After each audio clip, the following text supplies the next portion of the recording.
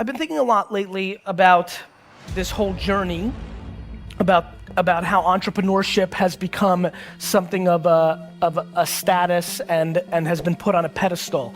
I've also been thinking about how scary it is when something becomes cool or interesting and what that creates.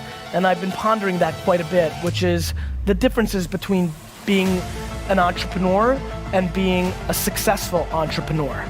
You know, putting the fact that you're a CEO in your Instagram profile doesn't mean that it's what you're gonna be able to do for the rest of your life. And what I'm really concerned about is that we have lived both in Canada and the US with basically an 8 to 9 year macro, almost a decade of good economic growth. We just have. You know, obviously there was a crash in the US in 2008 or 9, but if you look at the data, we're probably on the tail end of economic growth. You know, obviously nobody knows, otherwise they would make trillions of dollars. But one of the things that I did want to talk to you guys about today is practicality. I think practicality is stunningly not talked about enough. So for example, if you're running a business right now and it's predicated on raising money, or you've raised money and you lose money each month, it's probably a really good idea to change course pretty quickly. Because the biggest issue for me right now is that we have a lot of people who want to build brands, who want to become influencers, who want to start companies, but they're not putting in the pieces that actually allow them to weather the storm. You know, the thing that I'm most proud of is the 2 biggest businesses I've ever built. I basically started them during very difficult times. When I first got involved in my dad's liquor store business, it was the late 90s, and just about a year and a half into my journey, I guess 2 years into my journey, the stock market crashed and all the internet companies folded, and all the people that were making money that I was targeting to sell wine stopped having money to buy wine. And then right behind that, because most of my business was New York and New Jersey based, even though we were building an internet company, it was only about a year later that 9/11 happened, and not only, you know, changed, I mean, for anybody that lived in the New York, New Jersey area, it was much more compounded for us because we lost loved ones, and I remember I lost 100 employees from one organization in one day. I had to go in hand by hand and take their emails out because everybody passed away from Cantor Fitzgerald that worked in that office. So I persevered through that because I was practical, because I didn't have a lot of overhead, and because I wasn't romantic, I wasn't dreaming. I knew that I had to buy and sell wine and liquor and beer, and I had to make sure that my expenses weren't greater than the money I was bringing in. VaynerMedia started in the ashes of the economic meltdown of the US. When I started VaynerMedia, people didn't want to pay $5,000, let alone the $50,000 or $100,000 they pay us a month now for our services. And when I started VaynerMedia, you know, it's funny, I watch everybody watch my journey now, and you know, there's that cliche thing of like overnight success, right?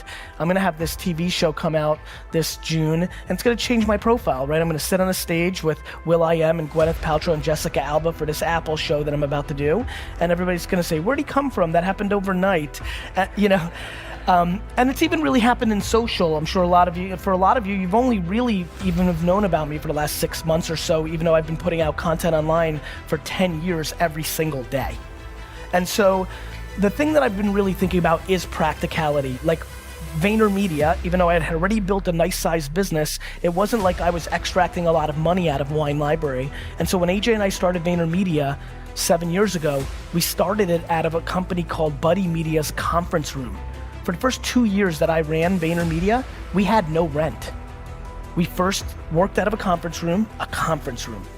We then worked out of a co-working space before the whole WeWork and co-working space revolution, and I bartered my time to help that company in exchange for a very small space. We didn't buy furniture, we scrapped.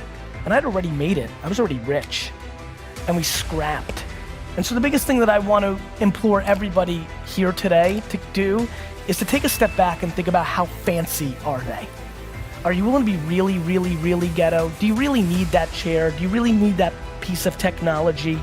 Do you really need to fly that class? Like, I just think that we're living through an incredibly fancy culture of entrepreneurship. Entrepreneurship and CEO status is quite sexy. People are selling a lifestyle that is filled with lots of fun and trips and champagne and bikinis and bling bling and all sorts of horse shit, right? And I just think that era of this era is gonna come to an end somewhere within the next 5 years. And very honestly, I just don't want a lot of people in this room that dream to build their own businesses to have to go work at a bank or go work at a retail store. And so I would highly recommend something that I think is stunningly not talked about enough, which is if you're building a business, you have to be making money. I know that's like a funny thing to say, but I think it's important. I think the other thing that's important is to shift the context completely the other way, which is what is really winning, right? Like, what is the definition of winning? And I think we all have different definitions, right? And I think that one of the things that I also want to say is that I'm getting scared that a lot of people that are following my journey hear me talking about buying the New York Jets, and I do aspire to buy a $3 billion sports franchise. I do. It is what I want. You can look at my 5th grade yearbook long before business was cool. It's what I want to do. But I'm awfully scared that it's pressuring the people that follow me into trying to achieve things that they don't necessarily want. They just think it's the thing you do if you're trying to be a successful business person. Let me promise you something. I know tens of thousands of people. I know thousands of people extremely well. I know hundreds of people deeply well. There is no correlation between how much money someone makes and their level of happiness. I have friends who make $47,000 a year and are the happiest people I know. Their work-life balance is on point. They're part of 2 soccer teams. They play video games. They watch every show they want. They take 2 vacations that they scrap together, and they're freaking happy as hell.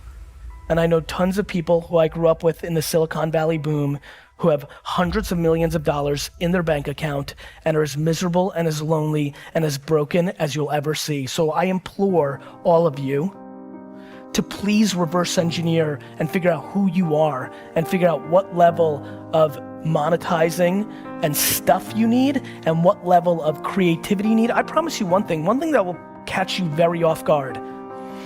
I should be way more rich. I leave money on the table every day. I've left ungodly amounts of money on the table. I spend tons of times sending DMs and engaging with people, meeting people randomly and not cashing in. I actually believe the statement I'm about to make. I think that I love the journey and the game of entrepreneurship so much that I have subconsciously sabotaged my financial upside to make sure I can play this a little longer because I fear if the numbers keep getting too big, eventually it will take the fun out of it.